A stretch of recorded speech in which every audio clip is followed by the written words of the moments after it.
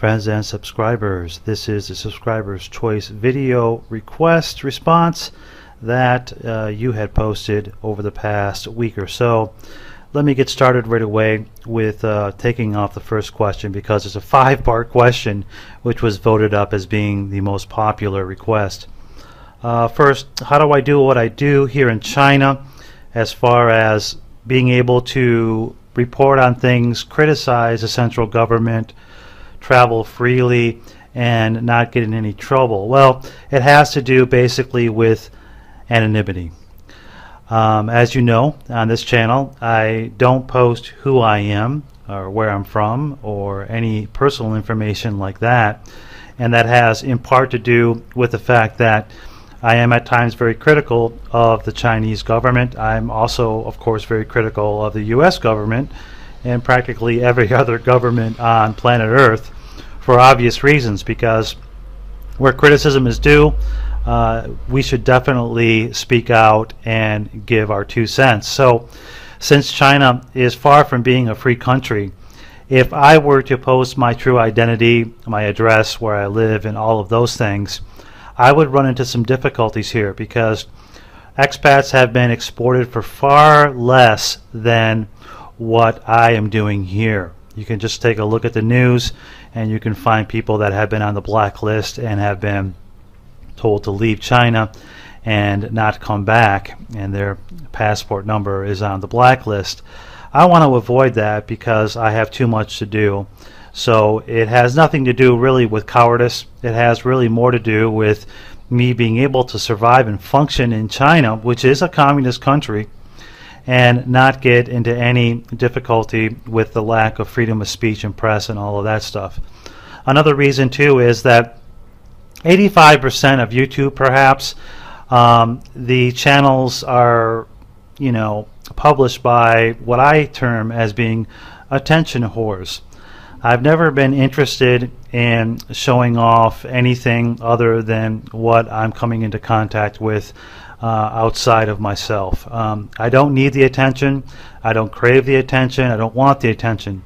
I certainly don't want my 15 minutes of fame to be on YouTube, and in fact, I could care less if I have a 15 minutes of fame at all.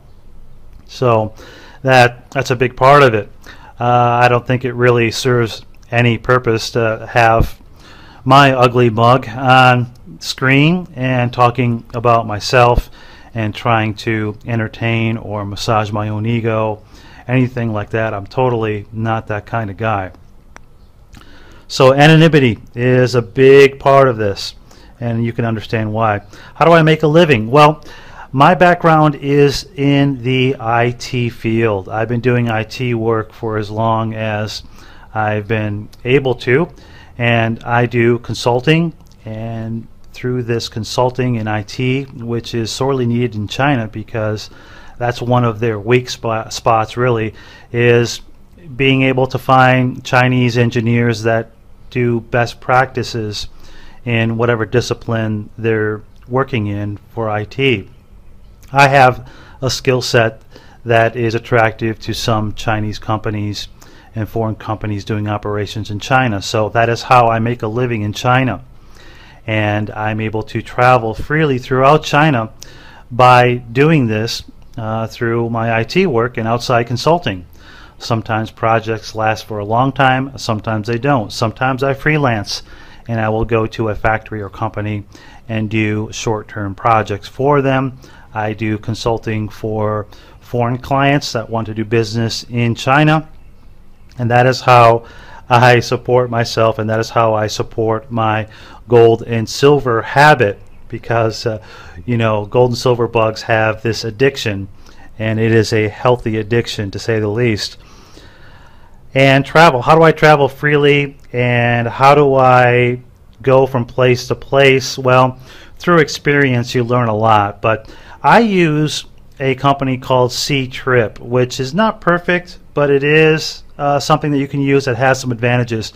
And Ctrip allows you to search for hotels and train tickets and plane tickets, and they have an English-speaking staff that if you get into a real jam, you can call them through your app or just through their 800 number, and you can get some assistance on booking things, and that is a huge help. And once you have had success traveling to certain provinces and cities throughout China, you can do the same thing over again and learn from your experiences, and then it's just a breeze.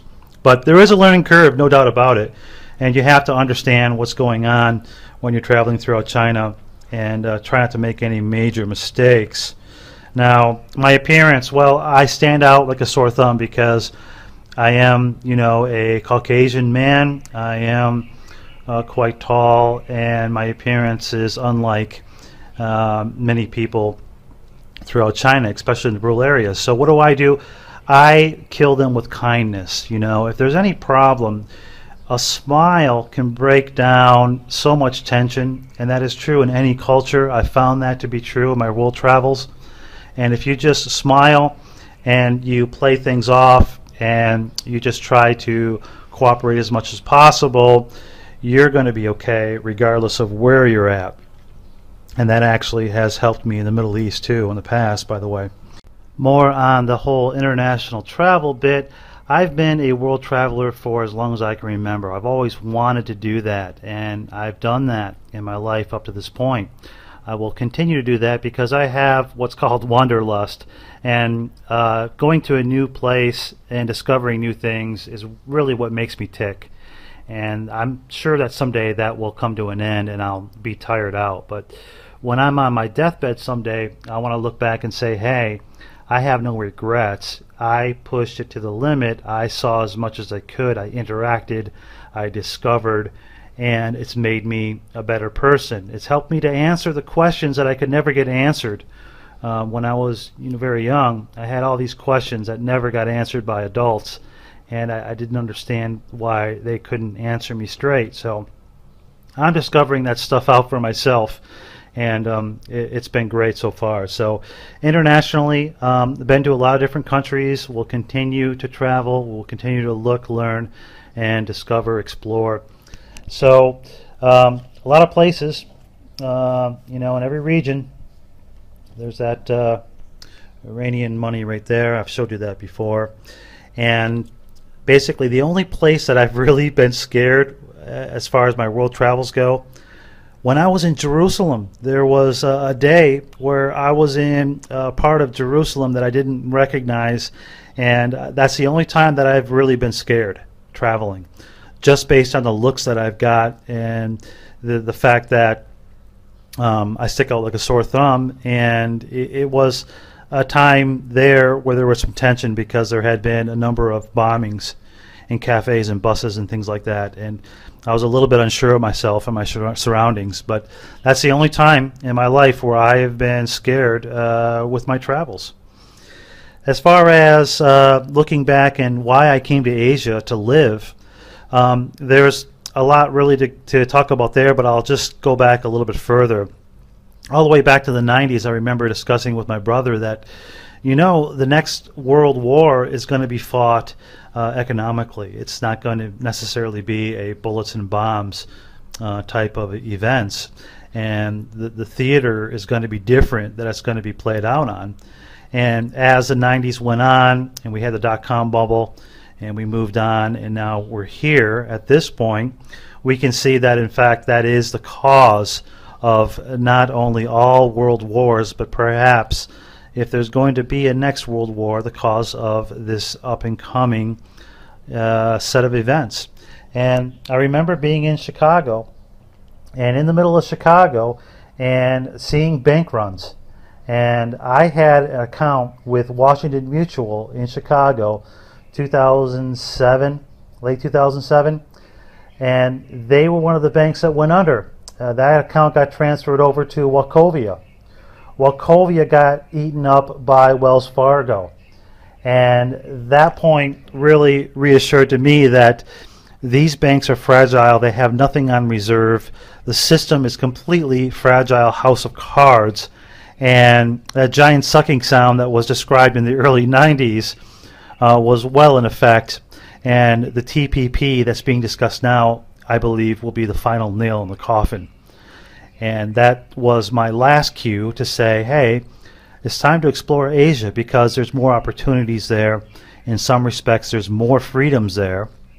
And I just didn't need the aggravation of what was going on with what is a failed nation, a failed form of government that has morphed, has transformed itself into being a totalitarian style rule. And you can see that everywhere you look now in the United States. Whenever I go back to the States, I am always amazed at the changes that I see when I come back. And that feeling in the air that things are high tension, things are a little dangerous, things are a little unsure, people have a little bit of edginess to them. And that is because they are getting screwed by their own government. I think there's no argument there by any of you. But when you see many bank runs in your hometown, and you understand that the fix is in and has been in for decades, it's time to look elsewhere at new opportunities, because you know, there's no gritting it out. There's no surviving on integrity, because the system has no integrity as it is right now. There's really kind of two paths that I see. There's ambivalence, allowing this one world limited corporation to take over everything, or there's revolution. And those two paths, I think, are going to be more self-evident here in the near future. So that's about me. That's about me. I think I answered pretty much every question that I could. And I hope that this clears up any confusion that you might have about Clear as Vodka.